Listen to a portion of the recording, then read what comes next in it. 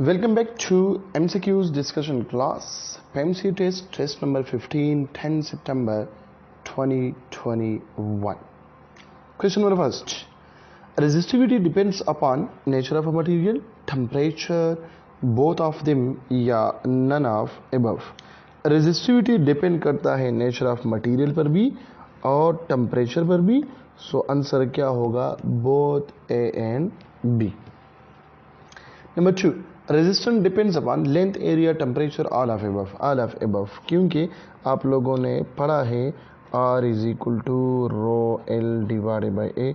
L के साथ direct, area के साथ इनवर्स, फिर resistor a directly proportional temperature for conductor और resistor is inversely proportional temperature for insulator, semiconductor, electrolysis. Unit of magnetic flux is equal to weber. क्या है? Weber भी हो सकता है, ठीक है. इसके अलावा टेस्ला मीटर स्क्वायर भी हो सकता है. फिर टेस्ला की जगह अगर आप पुट करें Newton per ampere per metre, newton per ampere per metre, और यहाँ पे आ गया मीटर स्क्वायर, तो ये ख़त्म हो जाएगा. सो न्यूटन मीटर पर एम्पेयर, ये भी आपको क्या देता है? मैग्नेटिक फ्लक्स देता है. ठीक है बेटा. Value of up quark is +2/3 -2/3 +1/3 -1/3. Up quark है तो अप क्वार्क का जो वैल्यू है वो है 2/3.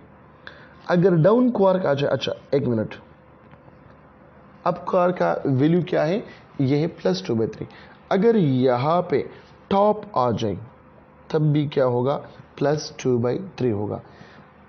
ठीक है. अप की जगह अगर डाउन आ जाए तो -1/3 होगा. ठीक है. और अगर टॉप की जगह बॉटम आ जाए तब भी क्या होगा? -1/3 होगा. समझ आ रही बात की? ठीक है. So value of up quark is +2/3. बेटा आप लोग क्वार्क, लिप्टॉन, बोजान, फर्मियान वगैरह ये ज़रूर देखें. ठीक है. क्योंकि हर एक टेस्ट में इससे एक MCQs ज़रूर आता है, तो ये आप लोग ज़रूर देखें. ठीक है. मैं कोशिश करता हूँ कि जल्दी से जल्दी इस पे एक लेक्चर बना दूँ, क्वार्क्स पे या लिप्टॉन, फर्मियान वगैरह पे. ठीक है. अच्छा, नेक्स्ट MCQ है particles that have less mass than proton, meson, neutron, up, down quark या none of above. न्यूट्रॉन तो नहीं हो सकता क्योंकि इसका जो मास है वो अप्रॉक्सीमेटली प्रोटॉन के बराबर है. ठीक है. और अप एंड डाउन क्वार्क भी नहीं है क्योंकि ये प्रोटॉन है. नन भी नहीं है, तो ऑप्शन कौन सा रह गया? Meson. Meson is less mass than proton. Ripple factor of full wave rectified that is 0.482, 1.21, 0.21 या 0.48. तो ये होगा आप लोगों के पास 0.482 और 1.21 जो है ये हाफ वेव रेक्टिफायर के लिए है. ठीक है. Now work done by the electric field on a particle when it is moved from one point to another point, equipotential surface to another point on the same surface. एक point से दूसरे point पे, for example ये क्या है? एक surface है. ठीक है. और इस पॉइंट से हम एक चार्ज को मूव करते हैं इस पॉइंट पे, ये इक्वी पोटेंशियल सरफेस है. इसको हम ट्रांसफर करते हैं यहाँ पे लेके आते हैं. तो वर्क डन क्या होगा? 0 होगा, मैक्सिमम होगा, मे बी 0 और मे बी नॉट, या ऑलवेज 0. हमेशा के लिए 0 होगा. आप लोगों ने first chapter of second year में पढ़ा है या 11th चैप्टर इलेक्ट्रोस्टैटिक में. ठीक है. Newton second is equal to kilogram metre per second, kilogram metre per second square, kilogram metre square per second square या नन ऑफ एबव. तो इसमें करेक्ट ऑप्शन है किलोग्राम मीटर पर सेकंड. देखो newton किस चीज़ के बराबर है? Kilogram metre per second square के बराबर है, मल्टीप्लाई बाई सेकंड, सेकंड के साथ ख़त्म, तो आंसर आ गया किलोग्राम मीटर पर सेकंड आ गया. Option number A. Now next MCQ क्या है? Ohm's law is valid at variable temperature, constant temperature, sometime variable, sometime constant या all of above. Ohm's law valid है कांस्टेंट टेम्परेचर के लिए, हमेशा के लिए कांस्टेंट टेम्परेचर होगा। सो कौन सा ऑप्शन करेक्ट है? Option number B is the correct one. ठीक है, unit of magnetic permeability, magnetic permeability का यूनिट क्या है? तो आप लोगों ने पढ़ा है एम्पेयर्स लॉ में कि B dot L is equal to mu naught times N to I. तो म्यू नॉट क्या है? Mu naught is equal to B dot L divided by I. तो ये हो गया टेस्ला मीटर पर एम्पेयर। ठीक है, और अगर टेस्ट बी की जगह वेबर पर मीटर स्क्वायर भी पुट करते हो तो फिर क्या होगा? और इसकी जगह मैंने पुट किया weber per metre square multiply by L की जगह मीटर डिवाइडेड बाय एम्पेयर। तो ये ख़त्म हो जाएगा, इससे आंसर आ जाएगा वेबर पर एम्पेयर पर मीटर। तो ये भी इसका यूनिट है और ये भी इसका यूनिट है। फर्दर भी आप लोग सिंप्लीफाई कर सकते हैं, टेस्ला की जगह अपना वैल्यू लगाए। ठीक है, फिर क्या है? Self induction depends on, self induction किस चीज पर डिपेंड करता है? तो आप लोगों ने पढ़ा है कि EMF is equal to L del I divided by delta T या एन एल डिवाइड बाय। ठीक है, तो नंबर ऑफ टर्न पे डिपेंड करता है। ठीक है, L is equal to E multiply by del T divided by del I, और यहाँ पे इसके साथ क्या हो गया? नंबर ऑफ टर्न भी हो गया। सो नंबर ऑफ टर्न पे डिपेंड करता है। ठीक है, और चेंज इन करंट पे डिपेंड करता है। ठीक है, क्योंकि सेल्फ इंडक्शन कब होगा? जब करंट चेंज होता है विद रिस्पेक्ट टू टाइम, एक ही सर्किट में, एक ही कॉइल में, तो उसमें जो ईएमएफ प्रोड्यूस होता है उसके साथ डायरेक्ट रिलेशन है। और इससे जो क्या होता है, कांस्टेंट ऑफ प्रोपोर्शनलिटी हम पुट करते हैं, तो वो है इंडक्शन, और वो डिपेंड करता है नंबर ऑफ टर्न्स पे डिपेंड करता है, एरिया पे डिपेंड करता है, चेंज इन एरिया पे। ठीक है, और चेंज इन करंट पे डिपेंड करता है, तो चेंज इन मैग्नेटिक फ्लक्स पे डिपेंड करता है। ये सारी चीज़ें हैं, आप लोग बुक में देख सकते हैं, बुक की लाइन से। ठीक है, time of reside of atom in excited atom, excited state में टाइम एक इलेक्ट्रॉन या एक चार्ज कितना गुजारता है? ये लोअर एनर्जी शेल है, ये एक्साइटेड एनर्जी। यहाँ से चार्ज चला गया, यहाँ पे कितना टाइम गुजारेगा? 10 पावर 8 माइनस 8 सेकंड गुजारेगा। ठीक है, इसके अलावा डॉपलर इफेक्ट शोज, तो डॉपलर इफेक्ट क्या शो करता है? डॉपलर इफेक्ट तो अपरेंट चेंज कराता है। किस चीज़ में? ये फ्रीक्वेंसी में।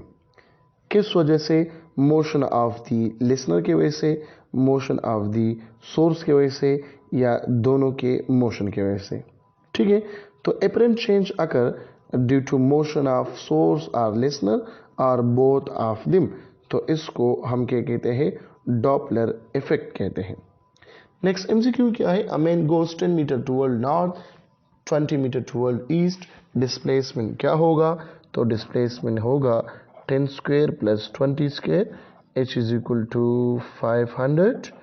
ठीक है, और इसको हम लिखते हैं कि 10 अंडर रूट 5, क्योंकि 500 से क्या आता है?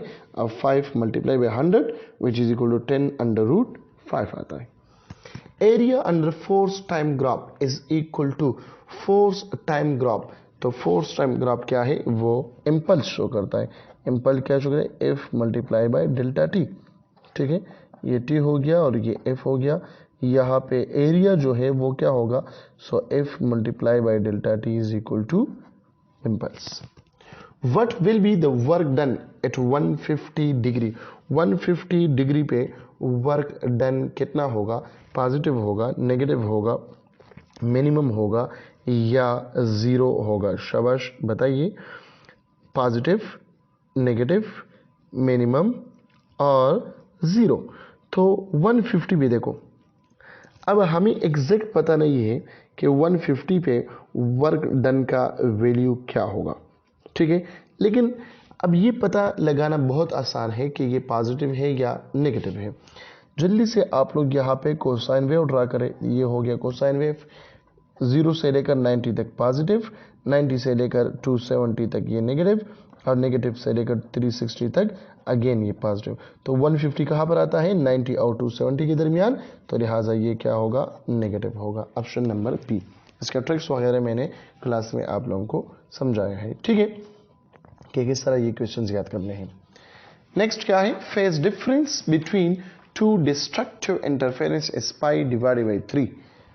Path difference will be what, path difference क्या होगा, तो इसके लिए मैंने शॉर्टकट लिखवाए है आप लोगों को कि phase difference is equal to 2 pi divided by lambda multiply by D.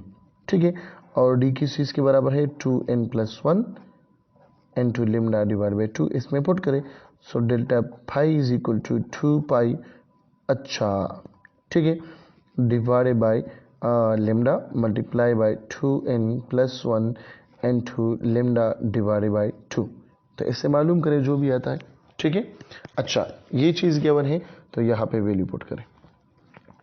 Next क्या है, speed of propagation of wave is given by, तो यहाँ पे क्या होगा, शाबाश,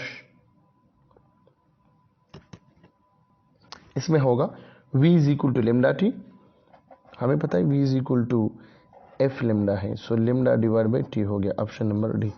अच्छा इस इक्वेशन को आप अगर सिंप्लीफाई नहीं करना चाहते तो इसमें डायरेक्ट भी पुट कर सकते हैं।